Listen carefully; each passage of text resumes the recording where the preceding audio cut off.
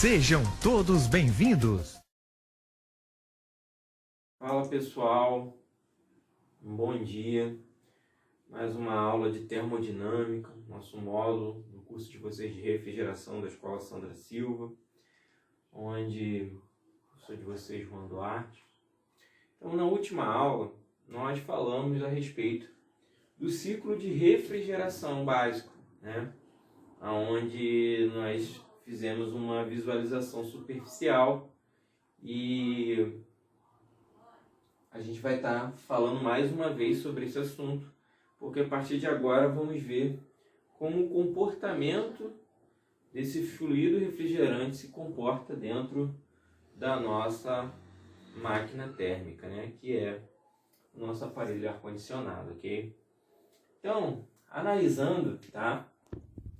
Nós havíamos falado sobre os 4 componentes principais, que é o dispositivo de expansão, a evaporadora, o compressor, a condensadora, né? E falamos lá sobre alguns outros componentes que tinha no nosso sistema, que eu vou estar colocando aí para vocês, ok? Mas analisando essa imagem, tá? Nós podemos distinguir que nós vamos ter uma linha de baixa, tá? E uma linha de alta, ok? O que é a linha de alta e a linha de baixa? Vejam bem, né? O fluido refrigerante, que vocês podem ver lá na página 25 da apostila de vocês, é um tipo de substância pura, né? Da qual é fabricado, onde ela se comporta com uma temperatura de saturação, ou melhor dizendo, uma temperatura de evaporação muito baixa. Ou seja, é praticamente um gás, né? É trabalhado como gás em sua temperatura normal. Para que, através desse sistema, né, de compressão de gás, nós possamos ter uma eficiência com um fluido energético que vai absorver, né, conforme a gente já explicou, máquina térmica é um equipamento que absorve calor de um ambiente, né? E assim, devido a esse fluido tem uma baixa temperatura de ebulição em comparação à água, que é comum e falamos nas aulas presenciais, a gente vai poder observar o seguinte, tá? Que o R22, que é um dos fluidos mais utilizados em refrigeração hoje em dia, né? Vamos ter a linha de alta, ok? Linha de alta, ó, de 1 a 4, tá?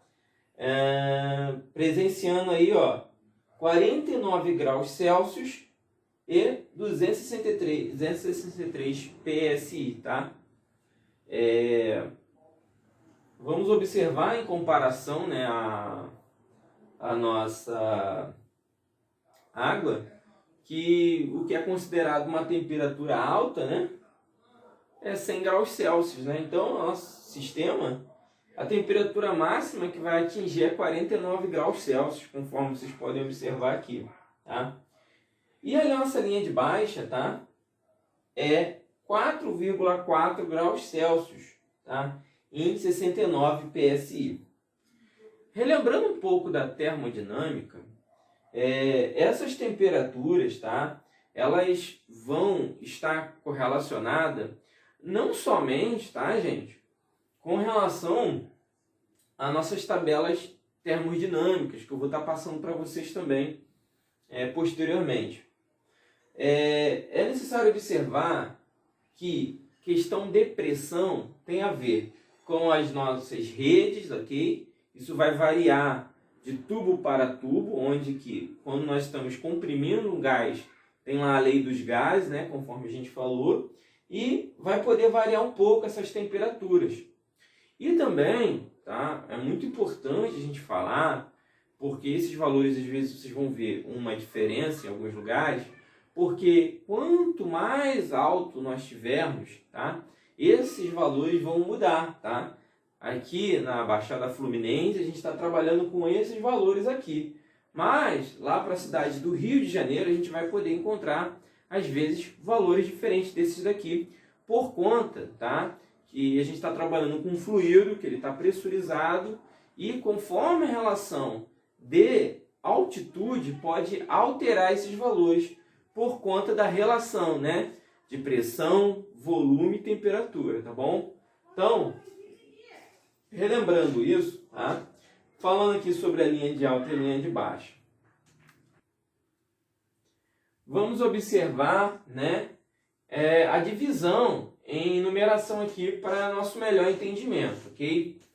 Em vermelho aqui eu coloquei, né, a linha de alta 1 e 4 e a linha de baixa 2 e 3. E dentro desse movimento, né, nós falamos também na última aula, aonde temos esse fluido, tá? Ele entrando na condensadora de forma com vapor superaquecido, ok? E ele vai passando por ela e ele vai resfriando, pois ele vai perder, né? Ele vai liberar o calor, tá, para o ambiente, ok? Que é do lado de fora, a condensadora, e vai se transformar, tá, em um líquido. De vapor ele vai transformar para o líquido, tá? Vocês lembram sobre calor latente, né? Em que é aquela mudança de fase, né? Então essa mudança de fase vai acontecer dentro da condensadora, onde o vapor vai se transformar em líquido, ok? E aí, depois, né, vamos assistir do processo do 1 para o 2, aonde vamos ter o dispositivo de expansão, tá? O dispositivo de expansão, ele pode ser tanto uma válvula, tá, de expansão, quanto um vaso capilar também, ok? Aí vai variar de equipamento para equipamento. Hoje a gente está tentando falar sobre o término aqui desse ciclo de refrigeração para a gente gravar bem, tá bom? Então, eu nomeei aqui dispositivo de expansão, na outra aula eu falei válvula. Quando ele passa pelo dispositivo de expansão, ele sai de líquido subresfriado e passa para o líquido saturado, ok? E quando ele passa para líquido saturado, ó, vocês podem observar que ele sai da linha de alta para baixa, ok? Então ele sai de 49 graus para 4,4 graus. Então essa queda de temperatura e queda de pressão vai fazer o quê? Vai trabalhar no volume, né? O volume vai sofrer o quê? Uma expansão, ok? O volume de líquido para gás, ele vai expandir esse volume, ok? Então, ele vai transformando de líquido saturado numa mistura de líquido-gás, certo? E quando ele passa na evaporadora, né, na nossa linha de baixa, tá? Vamos observar o quê? Vamos observar, tá, novamente, né, o nosso calor latente, onde nós não vamos sofrer o quê? Uma mudança brusca de temperatura, ok? A gente vai ter o que? Liberação, né? A gente vai absorver calor nessa transformação para que o líquido se transforme em que? Vapor, né? Então esse líquido ele passa, né, por essa rede da evaporadora e ele vai transformar-se em vapor saturado, certo? E quando ele chega em vapor saturado, ele vai novamente entrar no compressor, né? E aí, né, ele vai novamente dentro do compressor, através da realização do trabalho mecânico do compressor, né, ele vai se transformar em um vapor superaquecido, porque ele vai ter uma queda, tá? Ele vai ter uma elevação bruta de pressão. Então ele vai reduzir o volume e vai aumentar a pressão, ok? Então, essa que é a nossa análise, tá? Que a gente vai estar passando para vocês aí, que vocês possam estar observando, estudando. Então, uma coisa que é importante falar do nosso ciclo, e começarmos a adotar uma linguagem técnica, tá? É que as linhas, tá? As linhas aqui, ó, elas vão ocupar, tá, nomes, ok? Por quê? Nós não podemos apenas falar que existem duas linhas, uma linha de alta e uma linha de baixa. Por quê? Porque temos duas linhas, quando vamos observar equipamento, vamos observar duas linhas, que existem duas linhas de alta e duas linhas de baixa, ok? Porque são equipamentos distintos, tá? A condensadora e evaporadora, e compressor e o dispositivo de expansão. Então essas linhas que ligam esses equipamentos, eles vão se destacar, ok?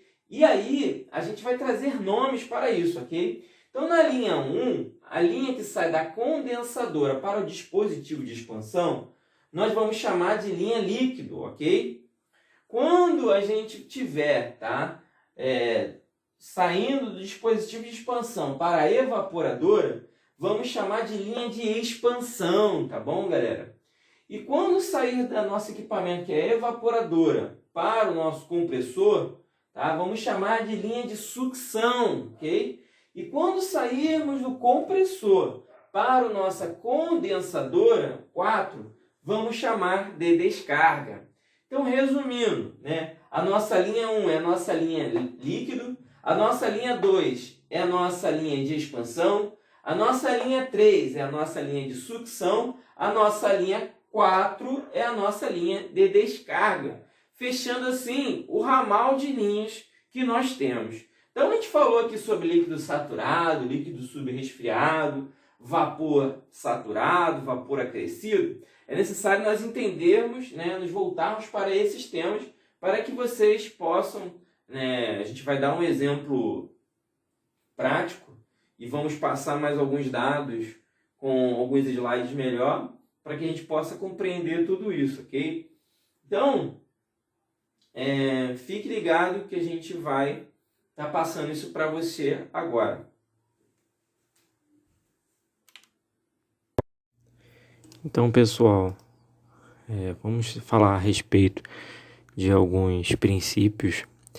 Então, para que uma substância ela possa sair, né, de um estado para um outro, no caso um líquido para um gasoso, é necessário que seja uma fonte de calor seja transmitida para que, né, esse líquido ele venha se transformado em gás, ok? Então, para que assim ela atinja, né, uma temperatura que é a temperatura de evaporação, ok? Então, portanto, ao evaporar, a substância ela retira calor de um ambiente ou de um corpo, ok? E o fluxo de calor sempre ocorre da fonte quente para a fonte mais fria, ok? Então, logo a maior diferença de temperatura entre fontes, maior será o fluxo de calor, ok? Então, assim, é de grande importância que esse transporte de calor se dê de modo eficiente com o mínimo de perdas, tá? Então, a seguir, a gente está vendo aqui como é que faz essa diferença de temperatura, né? E aí estamos dando um exemplo aqui sobre a água, né? Onde será que teria como a gente considerar uma fonte quente esteja a 25 graus, que sejam utilizados alimentos de um refrigerador comum, né? Se utilizarmos a água pura como agente refrigerante, conseguimos resfriar esses alimentos? A água não vai conseguir, né? Então a resposta é não. A gente não vai conseguir porque a evaporação da água ela é muito alta. A gente não vai conseguir ter um sistema que possa absorver esse calor, né? Então, precisamos de temperaturas que sejam mais baixas, não tão altas quanto da água, que é 100 graus Celsius, ok? Então, o processo de refrigeração em que o calor é transferido para um ambiente para o outro é um ciclo termodinâmico, ok? Então, a gente vai ouvir sempre sobre o ciclo da refrigeração padrão por compressão, ok? Que a gente vai estar desenvolvendo. E a gente vai falar sobre essas características. Então, a temperatura de saturação é a qual a gente vai encontrar a vaporização de uma substância, ou seja, onde o líquido vai entrar em vaporização, ok? A uma dada pressão. Então, um exemplo da água que a gente estava falando anteriormente, ela evapora a 100 graus Celsius e a pressão de saturação dela é de 1,01325, né, bar. Então, a água a 1,325 bar, tá? Ela vai encontrar a temperatura de saturação é de 100 graus, a temperatura que ela vai começar a evaporar. Então, a gente vai definir também outros estágios, né? Que é o líquido saturado, que é quando a substância ela encontra-se em estado líquido, ok? Com a temperatura e pressão de saturação, tá? ela vai estar nesses 100 graus, ou seja, a água estaria nos 100 graus. Líquido subresfriado, ok? É quando a temperatura do líquido é menor que a temperatura de saturação para a pressão existente, né? Assim, a gente teria, né? A água, né? Onde ela estaria abaixo dessa temperatura de 100 graus Celsius, né? O vapor saturado, tá, gente? Ele é uma substância onde se encontra com vapor na temperatura de saturação, ou seja, seria, né, o vapor da água a 100 graus Celsius, ok? E o vapor superaquecido é quando o vapor está numa temperatura maior que a temperatura de 100 graus Celsius, que é a temperatura de saturação, entendido? Então vamos lá, líquido saturado, tá? É quando um líquido ele se encontra na temperatura e na pressão lá de 100 graus Celsius e 1 bar, né? Líquido subresfriado é quando ele encontra-se abaixo desse valor de 100 graus Celsius, só que ele estaria, né, ainda no formato de líquido e abaixo desse valor, ok? Vapor saturado é quando uma substância ela se encontra completamente como um vapor, né, na temperatura de saturação, ok? E vapor superaquecido é quando ela está numa temperatura maior que essa temperatura de saturação, ou seja, se a água é 100 graus, estaria tipo acima de 100 graus, ok? Então, falando sobre a energia interna, né, é a energia que possui, né, o movimento lá das moléculas no interior da substância. Então, ela é dividida em energia cinética e potencial, ok? E dentro do nosso sistema também vamos encontrar uma outra energia, que é a entalpia, tá?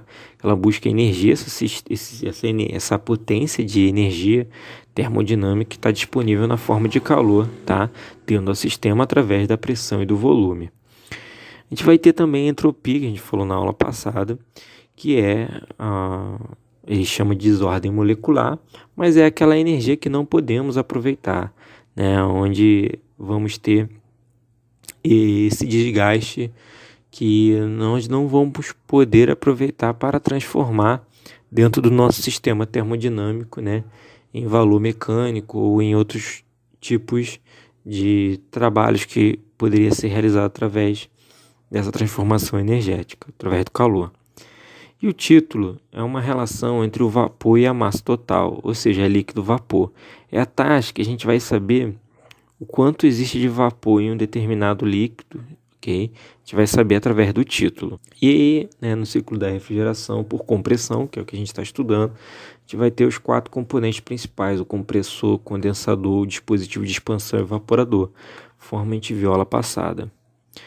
Então, continuando, para que a gente possa entender, para evaporar um líquido é necessário aquecê-lo, né? Para a gente condensar um vapor é necessário resfriá-lo, ou seja, para a gente poder fazer a transformação do líquido para o gás é necessário ter uma fonte de calor, ok?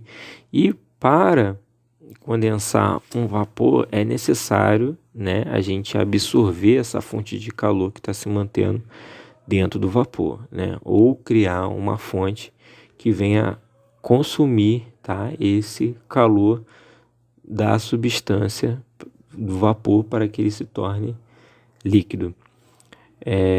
Então, a temperatura de saturação ela ocorrerá quando existe a mudança de estado físico. O líquido, ao vaporizar, ele se resfria o local onde ele está, ok? E o superaquecimento, tá, é a temperatura do vapor acima da temperatura de saturação. E o subresfriamento é a temperatura do líquido abaixo da temperatura de saturação. Então aqui a gente está vendo os pontos-chave do nosso sistema já com os gases, tá, do fluido refrigerante, ok? Que a gente está comprimindo o vapor, que é o gás. Então, para que haja uma transferência de calor, é necessário que haja diferença de temperatura, tá? E o calor ele vai fluir do corpo mais quente para o corpo menos quente, conforme vimos. A pressão ela é inversamente proporcional à área, ou seja, quanto maior for a área, tá, menor vai ser a pressão. Quanto maior a altitude, menor a pressão atmosférica, também a gente vai ver mais à frente. E a temperatura de saturação varia com a pressão, ok? Por causa dessa diferença de altura que a gente vai ver agora, tá? Aí temos o exemplo de São Paulo e Santos. Cidade de Santos, cidade litorânea de São Paulo. Temos que subir a serra para que a gente possa ir encontrar a cidade de São Paulo. Então a gente vê dois bonecos, onde um está ao nível do mar, 0 metros, né? E outro 860 metros. Então a gente vai ver uma imagem amarela que se representa a coluna de ar que está sobre a cidade de Santos e a coluna de ar que está sobre a cidade de São Paulo, que a atmosfera, né, está coberta de ar. Então essa pressão do ar que está sobre o boneco em Santos, ela vai ser muito maior do que o que está em São Paulo, né? Por causa da camada atmosférica, né? Lá da camada de ozônio, enfim. Essa camada de ar ela vai gerar menos ou mais pressão de acordo com a altura. No caso, quanto mais alto estivermos, menor vai ser essa temperatura. O que isso influi? Isso influi lá na temperatura de ebulição da água, que é a temperatura de saturação. Ou seja, quando a água ferve a 100 graus Celsius em Santos, lá em São Paulo vai ferver a 98 graus Celsius, por exemplo, né? Isso vai mexer nos nossos sistemas que a gente estiver analisando com relação aos nossos equipamentos, né? Nossas máquinas térmicas, nossos ar-condicionados, geladeiras, tá bom? É isso que interfere.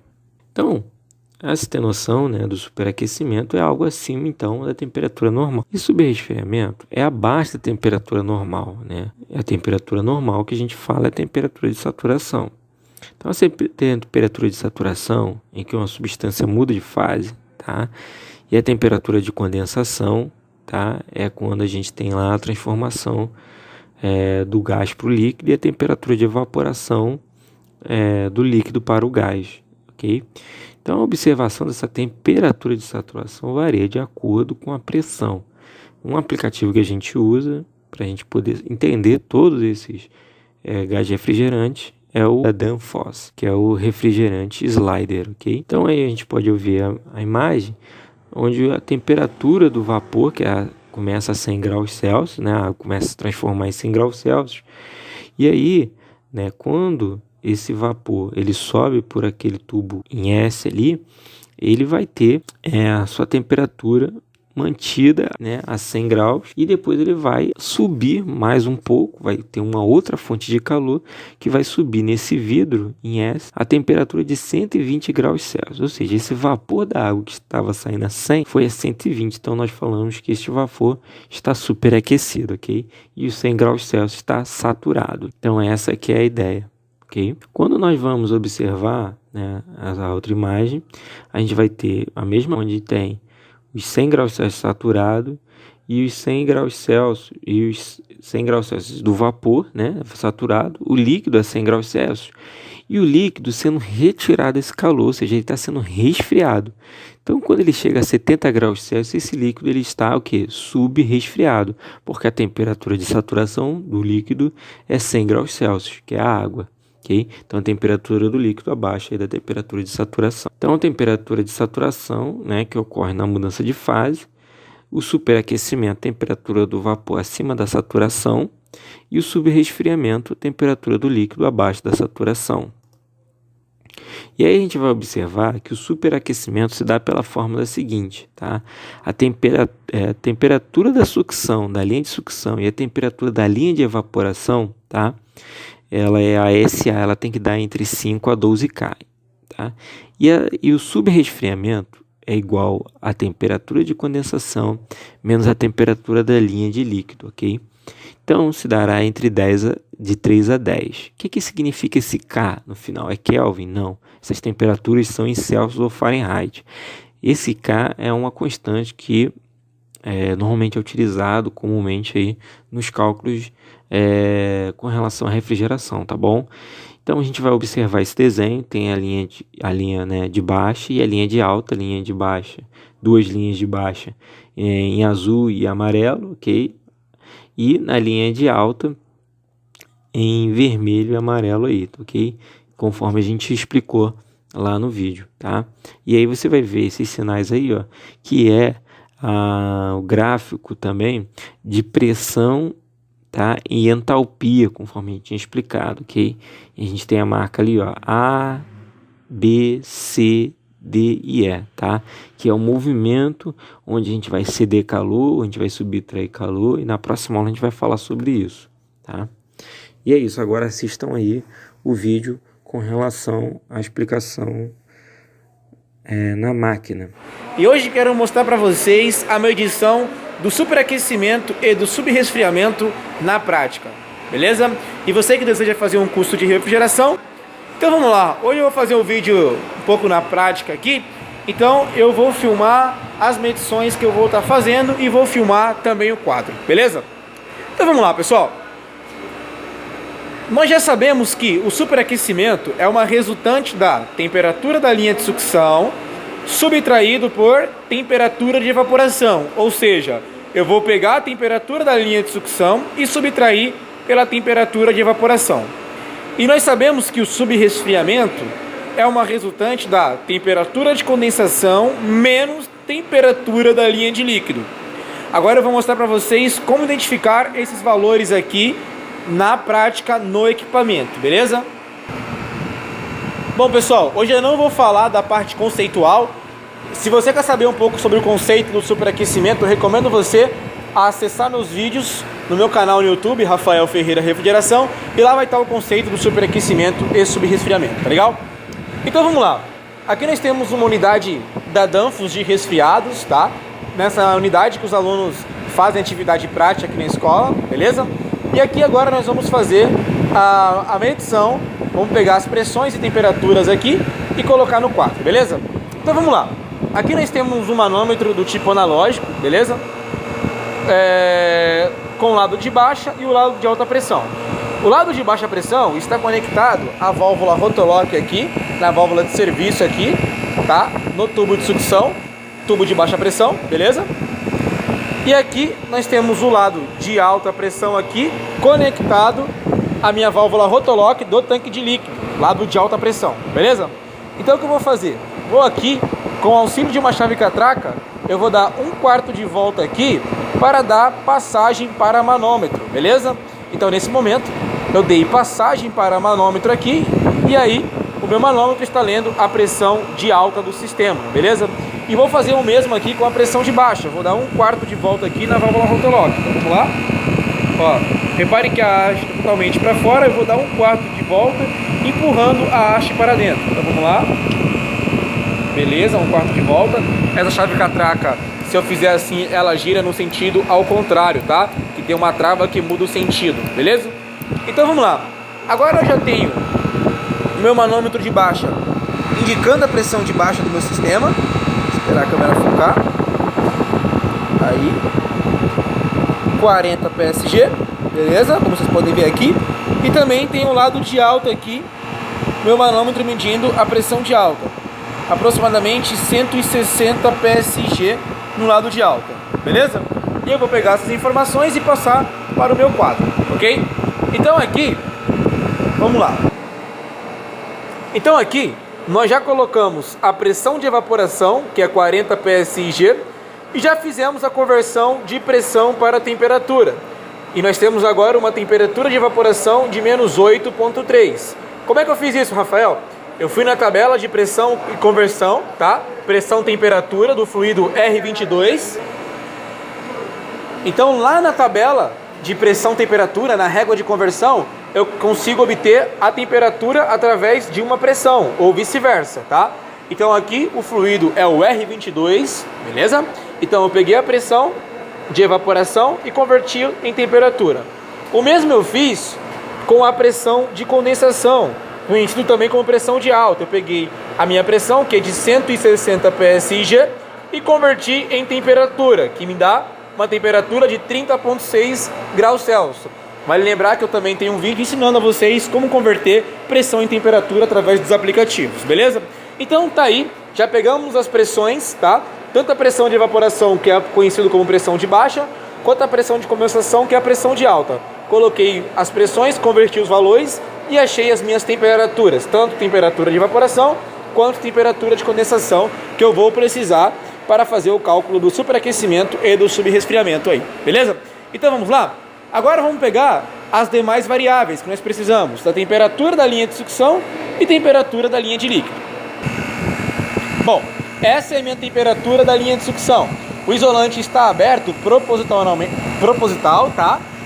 Já para a gente medir a temperatura do tubo aqui. Deixamos ele justamente aberto para as atividades práticas. Mas como vocês podem ver, o tubo está aqui conectado o meu termômetro está conectado ao tubo de sucção, como vocês podem ver, beleza? Medindo a temperatura do tubo de sucção, ok? Beleza? E aqui eu vou usar esse isolante para isolar. O ideal é que eu feche esse isolante para que ele não tenha contato com a temperatura do ar externo aí, beleza? Já vou fechar ele. E aqui nós temos um outro sensor medindo a temperatura da linha de líquido antes do filtro secador, também isolado, tá?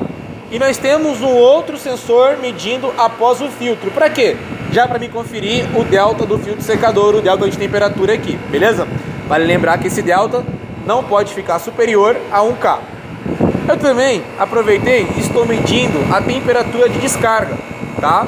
Temperatura medida logo na saída do compressor no tubo de descarga aqui, onde nós temos o fluido na condição de vapor superaquecido. E também nós estamos medindo a temperatura de entrada de ar do condensador, como vocês podem ver.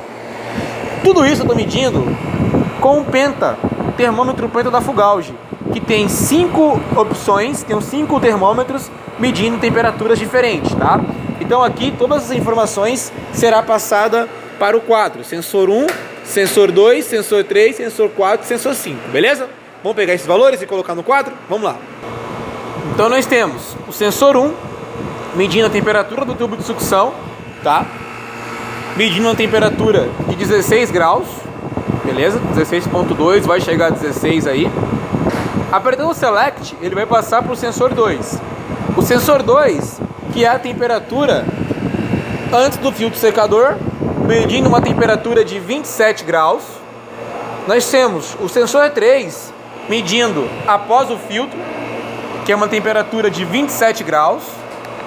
Nós temos o sensor 4, medindo a temperatura do tubo de descarga, como vocês podem ver ali, temperatura de 76 graus. E nós temos a temperatura de entrada do condensador, que é 25 graus, beleza? Temperatura lá de entrada do meu condensador. Agora vamos passar todas as informações para o quadro, beleza? Vamos lá. Bom, todas as informações obtida no equipamento agora está aqui no quadro. Então nós temos uma temperatura de sucção de 16 graus, temperatura antes do filtro secador 27 graus, 27.2, temperatura após o filtro 27 graus, ou seja, uma diferença aí de apenas 2 décimos, indicando que o filtro secador está em perfeitas condições. Temperatura de descargas 76 graus Celsius e temperatura de entrada do ar do condensador 25.3. Vejamos, essa temperatura da linha de líquido antes do filtro é o que eu vou usar para calcular aqui o meu subresfriamento quando ele pedir temperatura da linha de líquido, beleza? E essa temperatura de sucção de 16 graus é a que eu vou usar no meu superaquecimento quando ele pede temperatura da linha de sucção, ok? Então eu vou colocar essas informações aqui pra gente.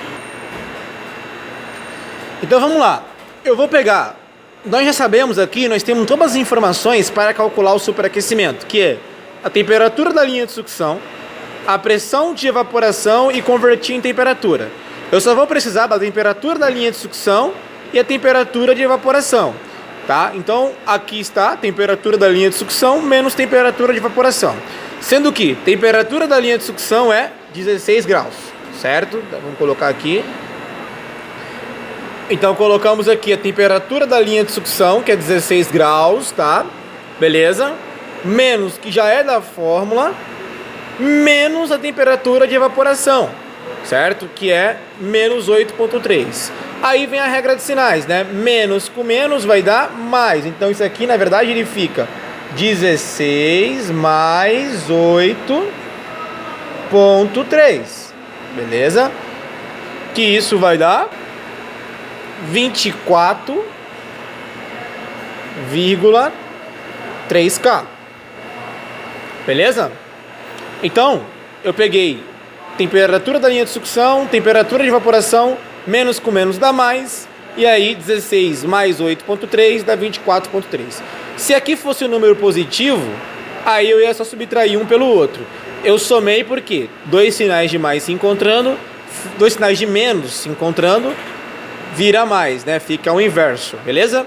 Então 16 mais 8.3, superaquecimento é igual a 24.3. Rafael, tá alto, tá baixo, o que eu tenho que fazer?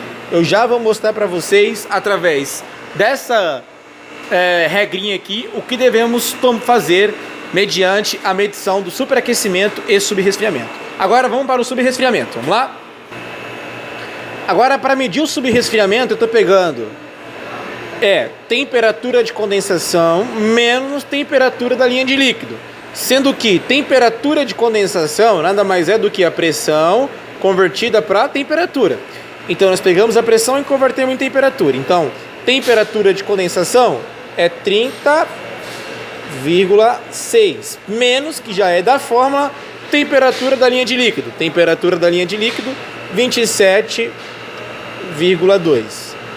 Essa resultante aqui vai ser igual a 3,4K.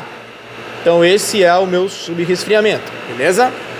Rafael, superaquecimento 24.3, subresfriamento 3.4.